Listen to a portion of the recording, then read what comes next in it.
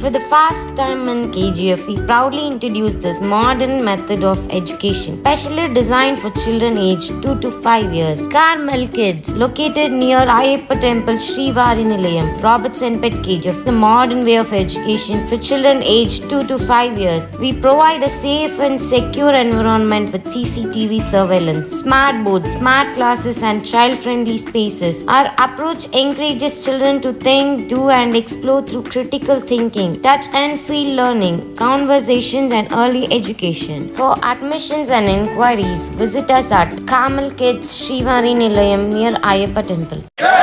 ಕರ್ನಾಟಕ ರಾಜ್ಯ ಪೌರ ಸೇವಾ ನೌಕರರ ಸೇವಾ ಸಂಘಕ್ಕೆ ಸ್ಥಾಯಿ ಸಮಿತಿ ಅಧ್ಯಕ್ಷರಿಗೆ ಸೇವಾ ಸಂಘಕ್ಕೆ ಕರ್ನಾಟಕ ರಾಜ್ಯ ಪೌರ ಸೇವಾ ನೌಕರರ ಸೇವಾ ಸಂಘಕ್ಕೆ ಕರ್ನಾಟಕ ರಾಜ್ಯ ಪೌರ ಸೇವಾ ನೌಕರರ ಸೇವಾ ಸಂಘಕ್ಕೆ ಎಲ್ಲರಿಗೂ ಮಾಧ್ಯಮ ಮಿತ್ರರಿಗೆ ಮತ್ತು ನಮ್ಮ ಪೌರ ಕಾರ್ಮಿಕರಿಗೆ ಎಲ್ಲ ನನ್ನ ಸೋದರಿಯರಿಗೆ ಎಲ್ಲರಿಗೂ ನಮಸ್ಕಾರ.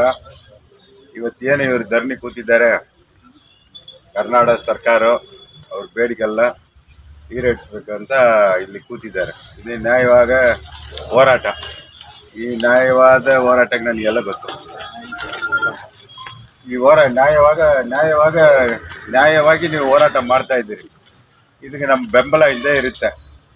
ನಮಗೆ ಯಾವತ್ತೂ ಪೌರ ಕಾರ್ಮಿಕರ ಮೇಲೆ ತುಂಬ ಪ್ರೀತಿ ವಿಶ್ವಾಸ.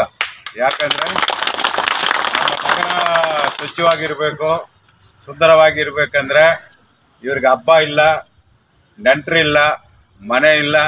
ಈ ನಗರನೇ ಶುದ್ಧೀಕರಿಸಿ ಬೆಳಗ್ಗೆ 5 ಗಂಟೆಯಿಂದ ಅವರು ಬಂದ್ಬಿಟ್ಟು ಎಷ್ಟು ಕಷ್ಟ ಬೀಳ್ತಾರೋ ನಾವು ಕನ್ನಡ ನೋಡಿದ್ದೀವಿ. ನಮ್ಮ ಅವಧಿನಲ್ಲಿ ನಮ್ಮ KGF ಮುನ್ಸಿಪಾಲ್ಟಿನಲ್ಲಿ ಅವ್ರು ಏನೇನು ಸೌಲಭ್ಯಕ್ಕೆ ಬೇಕೋ, ಅವ್ರಿಗೆ ಏನೇನು ಈಡಬೇಕೋ ಎಲ್ಲ ಈಡೇರಿಸ್ಕೊಟ್ಟಿದ್ದೀನಿ, ನಿಮಗೆಲ್ಲ ಗೊತ್ತು. ಅದೇ ರೀತಿಯಲ್ಲಿ ಇವತ್ತಿನ ದಿವಸ ನಾನು ಪ್ರೆಸಿಡೆಂಟ್ ಆಗಿರೋ ಟೈಮ್ನಲ್ಲಿ 3 ವರ್ಷದಲ್ಲಿ ಇಂಡಿಪೆಂಡೆಂಟ್ ಡೇ ಆಗಲಿ, ರಿಪಬ್ಲಿಕ್ ಡೇ ಆಗಲಿ, ಅದರಲ್ಲಿ ನಮ್ಮ ಪೌರ ಕಾರ್ಮಿಕರು ಹೆಜ್ಜೆ ಆಗಬೇಕು ಅಂತ ಪ್ರೇಡ್ ಎಲ್ಲ ಮಾಡಿಸಿ ಅವ್ರಿಗೆ ಗೌರವ ಸಲ್ಲಿಸಿದ್ದೀನಿ. ಆ ಥರ ಬಂದು ಪ್ರೀತಿ ವಿಶ್ವಾಸನ ನಾವು ಯಾವತ್ತೂ ನಡೆಸ್ಕೊಂಡಿರ್ತಾ ಇದ್ವಿ. ಅದೇ ರೀತಿಯಲ್ಲಿ ಇವತ್ತು ಕರ್ನಾಟಕ ಸರ್ಕಾರ ಅವ್ರದ್ದು ಏನಿದೆಯೋ ನ್ಯಾಯವಾದ ಬೇಡಿಕೆಗಳು ಏನಿದೆಯೋ ಅದೆಲ್ಲ ಬಂದ್ಬಿಟ್ಟು ಈಡೇರಿಸಬೇಕು. ಎಲ್ಲ ಸರ್ಕಾರ ನೌಕರರಿಗೂ ಸೆವೆಂತ್ ಪೇ ಕಮಿಷನಲ್ಲಿ ಏನು ರೆಕಮೆಂಡ್ ಮಾಡಿದೆಯೋ ಅದೆಲ್ಲ ಬಂದ್ಬಿಟ್ಟು ಎಲ್ಲ ನೌಕರಿಗೂ ಸರ್ಕಾರ ನೌಕರು ಕೊಟ್ಟಿದ್ದಾರೆ. ನಮ್ಮ ಮುನ್ಸಿಪಾಲ್ಟಿ ನೌಕರಿಗೆ ಬಂದ್ಬಿಟ್ಟು ಸ್ಟೇಟ್ನಲ್ಲಿ ಎಲ್ಲ ಬಂದ್ಬಿಟ್ಟು ಅವರು ಹೆಚ್ಚಿಗೆ ಮಾಡಿಲ್ಲ ಸಂಬಳ. ಇದು ಅವ್ರಿಗೆ ಮಾಡೋ ಅನ್ಯಾಯ. ನಮ್ಮ ಅವಧಿನಲ್ಲಿ ಈ ಪೌರ ಕಾರ್ಮಿಕರಿಗೆ ನಿಮಗೆಲ್ಲ ಗೊತ್ತು, ಎಷ್ಟು ಸತಿ ನಾವು ರಾಜೀವ್ ಗಾಂಧಿ ಹೌಸಿಂಗ್ ಕಮಿಟಿ ಸಂಸ್ಥೆಗೆ ನಾವು ಮೇಡಮ್ ಅವರು ಎಷ್ಟು ಸತಿ ಹೋಗಿ 9ನೇ ಮಾಡಿ ಹತ್ತಿ ಇವತ್ತು ಸುಂದರವಾದ ಒಂದು ಮನೆ 60 ಮನೆ ನಮ್ಮ ಅವಧಿನಲ್ಲಿ ನಿಮ್ಗೆ ಮಾಡಿಕೊಟ್ಟಿದ್ದೀವಿ. ನಿಜನ ಸುಳ್ಳ? 60 ಮನೆ ಸುಂದರವಾಗಿ ಕಟ್ಕೊಟ್ಟಿದ್ದೀವಿ. ಅದಕ್ಕೂ ನಾವು ತುಂಬ ಪ್ರಯತ್ನ ಮಾಡಿ ನಿಮ್ಗೆ ಕಟ್ಕೊಟ್ಟಿದ್ದೀವಿ. ಆದಮೇಲೆ ನಾನು ಪ್ರೆಸಿಡೆಂಟ್ ಆಗಿ ಇಳಿದ ಮೇಲೆ ಕೂಡ ಇವಾಗ ನಾವು ಏನು ಸ್ಟ್ಯಾಂಡಿಂಗ್ ಕಮಿಟಿ ಪ್ರೆಸಿಡೆಂಟ್ ಆಗೋ ಟೈಮ್ನಲ್ಲಿ ನಿಮ್ಗೆಲ್ಲ ಹೊಟ್ಟೆ ತುಂಬ ಊಟ ಹಾಕಿ ನಿಮ್ಗೆ ಬಟ್ಟೆ ಕೊಟ್ಟು ನಿಮ್ಗೆ ಗೌರವ ಕೊಟ್ಟು ನಾನು ಆಫೀಸಲ್ಲಿ ಆ ಥರ ವಿಶ್ವಾಸ ಇಟ್ಕೊಂಡಿದ್ದೀನಿ ನಿಮ್ಮ ಮೇಲೆ.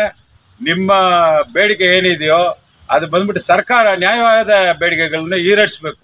ಇಲ್ಲಾಂದರೆ ಎಲ್ಲರಿಗೂ ಮಾಡಿ ನಿಮ್ಗೆ ಅನ್ಯಾಯ ಮಾಡಿದ್ರೆ ನಾನು ಒಪ್ಪಲ್ಲ.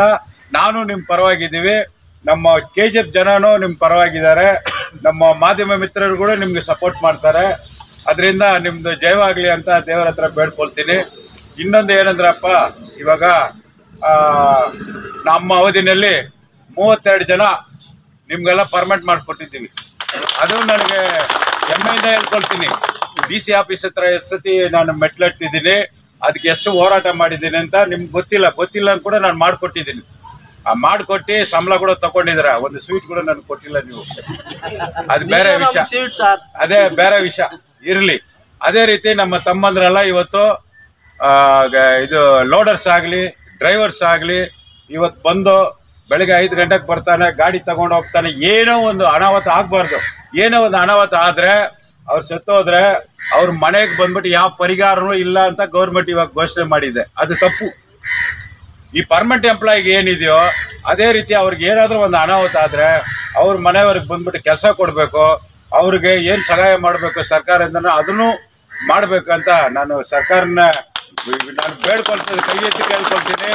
ಸರ್ಕಾರ ಬಂದ್ಬಿಟ್ಟು ಇವ್ರು ನ್ಯಾಯವಾದ ಬೇಡಿಕೆ ಇಟ್ಟು ಇವತ್ತು ಏನು ಹೋರಾಡ್ತಾ ಇದ್ದಾರೋ ಅದಕ್ಕೆಲ್ಲ ಇವರು ಸ್ವಲ್ಪ ದಯಮಾಡಿ ನಿಮ್ಮ ಕರುಣೆಯಿಂದ ನಿಮ್ಮ ಮಕ್ಕಳ ಥರ ಈ ಗೌರ್ಮೆಂಟ್ ಕೆಲಸ ಮಾಡೋರಲ್ಲ ನಿಮ್ಮ ಮಕ್ಕಳೇ ಸರ್ಕಾರಕ್ಕೆ ಮಾನ್ಯ ಸಿದ್ದರಾಮಯ್ಯ ಅವ್ರಿಗೂ ಡಿ.ಕೆ. ಶಿವಕುಮಾರ್ ಸಾಹೇಬ್ರಿಗೂ ಮತ್ತು ಇದರ ಎಲ್ಲ ಸಚಿವರಿಗೂ ನಾನು ಹೇಳ್ತೀನಿ, ಇದರ ಬೇಗನೆ ಇವಾಗ 2 ದಿವಸದಿಂದ ನಮ್ಗೆ ಗಬ್ಬು ನಾರು ಹೋಗ್ತಾ ಇದೆ ನಮ್ಮ ನಗರ. ಇವಾಗೆಲ್ಲ ನೋಡ್ಕೊಂಡು ಬಂದೆ, ನಾವು ಜವಾಬ್ ಹೇಳೋಕ್ಕಾಗಲ್ಲ ಯಾರಿಗೂ. ಜನಗಳಿಗೆ ಬಂದ್ಬಿಟ್ಟು ಸ್ಟ್ರೈಕ್ ಮಾಡ್ತಾರೆ ಹಂಗಂದ್ರೆ ಅವ್ರ ಬೇಡಿಕೆ ಏನಿದೆ ಅವ್ರ ಕಷ್ಟ ಅವ್ರಿಗೆ ಗೊತ್ತು. ಆ ಜನಗಳು ಮಾತಾಡೋಕ್ಕೆ ಗೊತ್ತಾಗಲ್ಲ. ನಮ್ಮ ನಗರ ಎಲ್ಲ ಬಂದ್ಬಿಟ್ಟು ತುಂಬ ಅಶುದ್ಧವಾಗಿ ಆಗಿದೆ. ಈ 2 ದಿವಸ ನೆನ್ನೆ ಇವತ್ತಿಗೆ ಹಿಂಗಾಗ್ಬಿಡ್ತು. ಇನ್ನೂ ಹೊಡೆದು 2 ದಿವಸ ಕೂತ್ಕೊಡ್ರೆ ನಾವು ರೋಡ್ನಲ್ಲಿ ನಾವು ತಿರುಗಾಡೋಕ್ಕಾಗಲ್ಲ. ಜನ ಎಲ್ಲ ಬಂದ್ಬಿಟ್ಟು ರಚ್ಕೆತ್ಬಿಡ್ತಾರೆ ನಮ್ಮ ಮೇಲೆ. ಅದಕ್ಕೋಸ್ಕರ ಸರ್ಕಾರ ಬಂದ್ಬಿಟ್ಟು ಕೂಡಲೇ ಇವತ್ತೇ ಇದಕ್ಕೊಂದು ಡಿಸಿಷನ್ ತಗೊಂಡು ಅವ್ರಿಗೆ ಒಳ್ಳೆ ರೀತಿಯಲ್ಲಿ ಸಲಹೆ ಎಲ್ಲ ಕೊಟ್ಟು ನೀವು ನಿಮ್ಮ ಮಕ್ಕಳ ಥರ ನೋಡ್ಬೇಕಂತ ನಿಮ್ಮನ್ನ ಬೇಡ್ಕೊಳ್ತೀನಿ. ನೀವು ಧೈರ್ಯವಾಗಿರ್ರಿ. ನಿಮ್ಮ ಪರವಾಗಿ ನಾವಿದ್ದೀವಿ, ನಮ್ಮ ಪರವಾಗಿ ನೀವಿರಬೇಕು. ನಗರ ನಿಮ್ಮದು. ನಗರ ಸುಂದರ ಆಗ್ಬೇಕಾದ್ರೆ ನೀವೇ ಕಾರಣ. ಆ ನಗರ ಮಾತ್ರ ಸುಂದರ ಆಗಬಾರ್ದು, ನೀವು ಸುಂದರವಾಗಿ ಇರಬೇಕು ಅಂತ ನಮ್ಮ ದೇವ್ರ ಹತ್ರ ಬೇಡ್ಕೊಂಡು, ಸರ್ಕಾರ ಹತ್ರ ಬೇಡ್ಕೊಂಡು, ನನ್ನ ಬೆಂಬಲ ನಾವು ಏನು ಬಂದಿದ್ದೀವಿ ಇವತ್ತು ಆ ಬೆಂಬಲವನ್ನು ನೀವು ಇವತ್ತಿಲ್ಲ ಯಾವತ್ತಿಗೂ ನಿಮ್ಮ ಜೊತೆಯಲ್ಲಿ ನಾವು ಇರ್ತೀವಿ ಅಂತ ನಮ್ಗೆ ಮಾತಾಡೋಕೆ ಬಲಲ್ ಮುನ್ಸ್ವಾಮಿ ಅಣ್ಣನವರು ನಮ್ಮ ಪರವಾಗಿ ಯಾವತ್ತಿಗೂ ಇರ್ತೀವಿ. ನಿಮ್ಮ ನ್ಯಾಯಯುತ ಬೇಡಿಕೆಗಳು ಸರ್ಕಾರದಿಂದ ಈಡೇರಿಸಲಿ ಆದಷ್ಟು ಬೇಗ ಅಂತ ನಾನು ಕೂಡ ಸರ್ಕಾರದಲ್ಲಿ ಮಾನ್ಯ ಮುಖ್ಯಮಂತ್ರಿಗಳಿಗೂ ಹಾಗೂ ಡಿ.ಕೆ. ಶಿವಕುಮಾರ್ ಸರ್ ಅವ್ರಿಗೂ ಹಾಗೆ ಸಚಿವರಿಗೂ ಎಲ್ಲರಿಗೂ ತಿಳಿಸಿ, ಶಾಸಕರಿಗೂ ಎಲ್ಲರಿಗೂ ತಿಳಿಸಿ ನಿಮ್ಮ ಬೇಡಿಕೆಗಳು ಆದಷ್ಟು ಬೇಗ ಈಡೇರಿಸಲಿ ಅಂತ ದೇವರಲ್ಲಿ ನಾನು ಕೂಡ ಪ್ರಾರ್ಥನೆ ಮಾಡ್ತೀನಿ ಅಂತ ಹೇಳಿ ನಮ್ಮೆಲ್ಲರ ಕ್ಷೇಮ ಸಮಾಚಾರ ಎಲ್ಲ ತಿಳಿಸಿ ನೀವು ಕ್ಷೇಮವಾಗಿರಬೇಕು, ಆರೋಗ್ಯವಾಗಿರಬೇಕು, ಈ ನಗರ ಸುಂದರವಾಗಿ ಇಡಲು ನೀವು ಮುಖ್ಯವಾಗಿದ್ದೀರಿ ಅಂತ ಹೇಳಿ ನಮಗೆಲ್ಲ ಅನುಕೂಲ ಮಾಡಿಕೊಟ್ಟು ಅವರು ಅಧ್ಯಕ್ಷರಾಗಿದ್ದಾಗ ನಮ್ಮ ಪೌರ ಕಾರ್ಮಿಕರನ್ನ ಎಲ್ಲದನ್ನು ಗಮನದಲ್ಲಿ ಇಟ್ಕೊಂಡು ಗೃಹಭಾಗ್ಯ ಯೋಜನೆ ಮತ್ತು ಎಲ್ಲ ಬರೋದು ಎಲ್ಲ ಸೌಕರ್ಯಗಳು ಮಾಡಿಕೊಟ್ಟು ನಮಗೆಲ್ಲ ಅನುಕೂಲ ಮಾಡಿಕೊಟ್ಟಿದ್ದಾರೆ.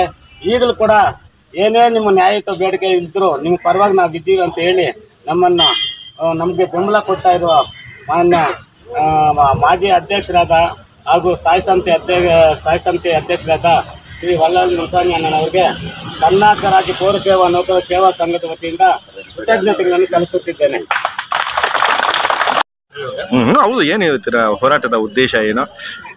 ಮತ್ತೆ ಈ ದಿನ ಕರ್ನಾಟಕ ರಾಜ್ಯ ಪೌರ ಸೇವಾ ನೌಕರರ ಸಂಘ ಕೆಜಿಎಫ್ ಶಾಖೆ ವತಿಯಿಂದ ಕರ್ನಾಟಕ ರಾಜ್ಯ ಪೌರ ಸೇವಾ ನೌಕರರ ಬೇಡಿಕೆಗಳನ್ನು ಈಡೇರಿಸದಿರುವುದರಿಂದ ಅನಿರ್ದಿಷ್ಟ ಕಾಲದ ಮುಷ್ಕರವನ್ನು ನಗರಸಭೆ ಆವರಣದಲ್ಲಿ ಕೈಗೊಳ್ಳಲಾಗಿರುತ್ತದೆ. ಈ ಸಂಬಂಧಪಟ್ಟಂತೆ ಕರ್ನಾಟಕ ರಾಜ್ಯ ಸರ್ಕಾರ ಹಲವಾರು ವರ್ಷಗಳಿಂದ ಪೌರ ಸೇವಾ ನೌಕರರಿಗೆ ಅಗತ್ಯ ಸೇವಾ ಸೌಲಭ್ಯಗಳನ್ನು ಒದಗಿಸದೇ ಇರುವುದೇ ಈ ಮುಷ್ಕರಕ್ಕೆ ಕಾರಣವಾಗಿರುತ್ತದೆ. ಈ ನಿಟ್ಟಿನಲ್ಲಿ ರಾಜ್ಯ ಸಂಘ ನಿರ್ಧಾರ ಮಾಡಿ ಎಲ್ಲ ನಗರಸಭೆ, ಪುರಸಭೆ, ಪಟ್ಟಣ ಪಂಚಾಯತಿಗಳ ಒಂದು ವ್ಯಾಪ್ತಿಯಲ್ಲಿ ಮುಷ್ಕರವನ್ನು ಕೈಗೊಳ್ಳಲು ರಾಜ್ಯ ಸಂಘ ನಿರ್ಧಾರ ಮಾಡಿದೆ. ಆ ಒಂದು ನಿರ್ಧಾರದಂತೆ ಈ ದಿನ ನಗರಸಭೆ ಕೆಜಿಎಫ್ ಆವರಣದಲ್ಲಿ ಕೂಡ ನಾವು ಮುಷ್ಕರವನ್ನು ಕೈಗೊಂಡಿರ್ತೇವೆ. ಸೊ ಈ ಮುಷ್ಕರದ ಉದ್ದೇಶ ಏನಂತಂದರೆ, ಪೌರ ಕಾರ್ಮಿಕರಿಗೆ ಸರ್ಕಾರದ ವತಿಯಿಂದ ರಾಜ್ಯ ಸರ್ಕಾರಿ ನೌಕರರಿಗೆ ಸಿಗ್ತಾ ಇರ್ತಕ್ಕಂಥ ಸೌಲಭ್ಯಗಳು ಪೌರ ಸೇವಾ ನೌಕರರಿಗೆ ಸಿಗ್ತಾ ಇಲ್ಲ.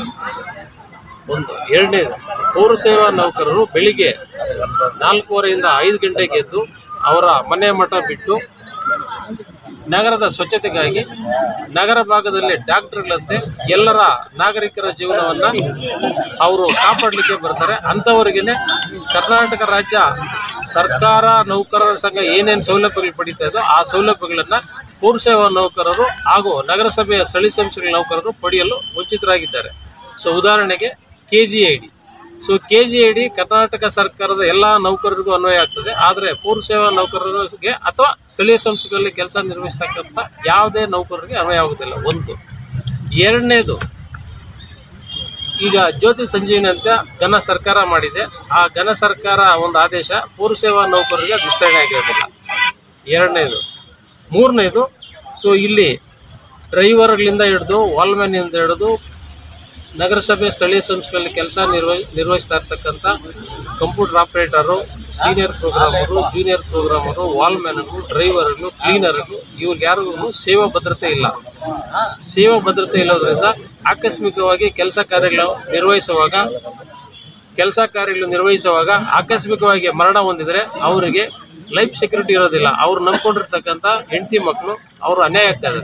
ಸೊ ಈ ನಿಟ್ಟಿನಲ್ಲಿ ಅವರಿಗೆ CC ಅಂದರೆ ಇದು ಅನುಕಂಪ ಆಧಾರದಲ್ಲಿ ಅವರಿಗೆ ಸೇವಾ ಭದ್ರತೆ ಒದಗಿಸುವ ಒಂದು ವಿಚಾರಕ್ಕೆ ಸಂಬಂಧಪಟ್ಟಂತೆ ಹಲವಾರು ಬೇಡಿಕೆಗಳನ್ನಿಟ್ಟು ಪೌರಸೇವಾ ನೌಕರರ ಸಂಘ ರಾಜ್ಯ ವ್ಯಾಪ್ತಿ ಮುಷ್ಕರವನ್ನು ಮಾಡ್ತಾ ಇದೆ.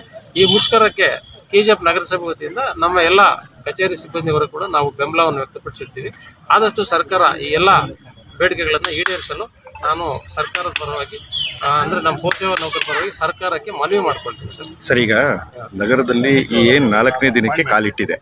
ಸೊ ಈ ಸಂದರ್ಭದಲ್ಲಿ ನಗರದಲ್ಲಿ ಸ್ವಚ್ಛತೆ ಅನ್ನೋದು ಸಂಪೂರ್ಣವಾಗಿ ಸ್ಥಗಿತ ಆಗಿ ಎಲ್ಲದರಲ್ಲಿ ಕಸಗಳು ವಿಲೇವಾರಿ ಆಗದೆ ಒಂದು ಸಾಂಕ್ರಾಮಿಕ ರೋಗ ಹರಡೋದು ಕೂಡ ಒಂದು ಭೀತಿ ಸಾರ್ವಜನಿಕರಲ್ಲಿದೆ. ಸರ್, ಸಾರ್ವಜನಿಕರು ನೀವು ಏನು ಹೇಳಲಿಕ್ಕೆ ಬಯಸ್ತೀರಾ ಸರ್?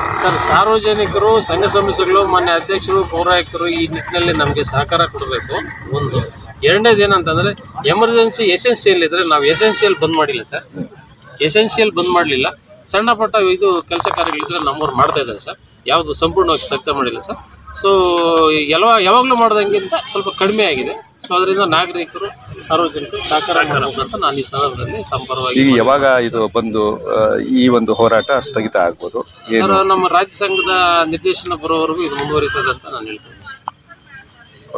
ಕಾಲಿಟ್ಟಿದೆ.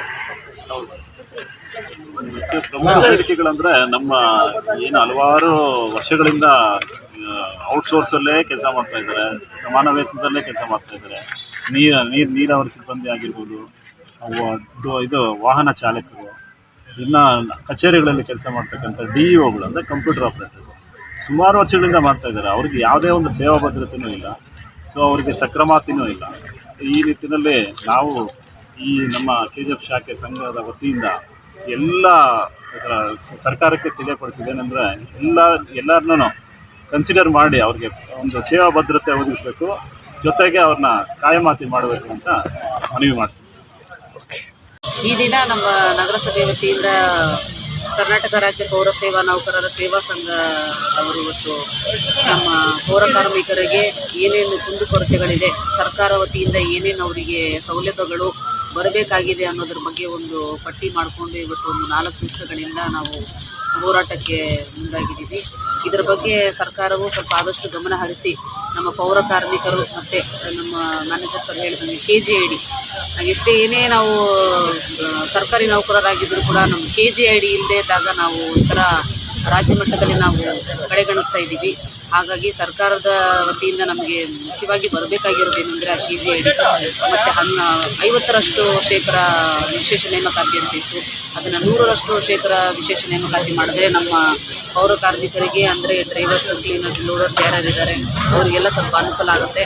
ಇದನ್ನು ಸರ್ಕಾರದ ವತಿಯಿಂದ ನಮಗೆ ಪರಿಗಣಿಸಿ ಅವ್ರ ಕಡೆಯಿಂದ ನಮಗೆ ಗೊತ್ತಾಗಬೇಕು ಅಂತ ನಾವು ಹೇಳ್ಕೊಳ್ತೀವಿ. ನಮ್ಮ ವ್ಯವಸ್ಥಾಪಕರಾದಂಥ ಶಶಿಕುಮಾರ್ ಸರ್ ಅವರು ಎಲ್ಲ ನಿಮಗೆ ಸರ್ಕಾರದಿಂದ ನಮಗೆ ಯಾವ ರೀತಿ ಅನಾನುಕೂಲಗಳಿದೆ ಎಲ್ಲ ತಿಳಿಸ್ಕೊಟ್ಟಿದ್ದಾರೆ.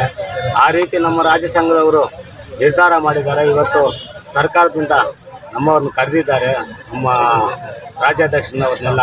ಅವರೆಲ್ಲ ಏನಾದರೂ ತೀರ್ಮಾನ ತಗೊಂಡ್ರೆ ನಾವು ಇವತ್ತಿಂದನೇ ಸಾರ್ವಜನಿಕರ ಸೇವೆ ಎಲ್ಲ ಮಾಡಿ ಇವಾಗಲೂ ಏನೂ ತೊಂದರೆ ಇಲ್ದಿರ ಶಾಂತಿಯುತವಾಗಿ ನಾವು ಮಾಡ್ತಾಯಿದ್ದೀವಿ.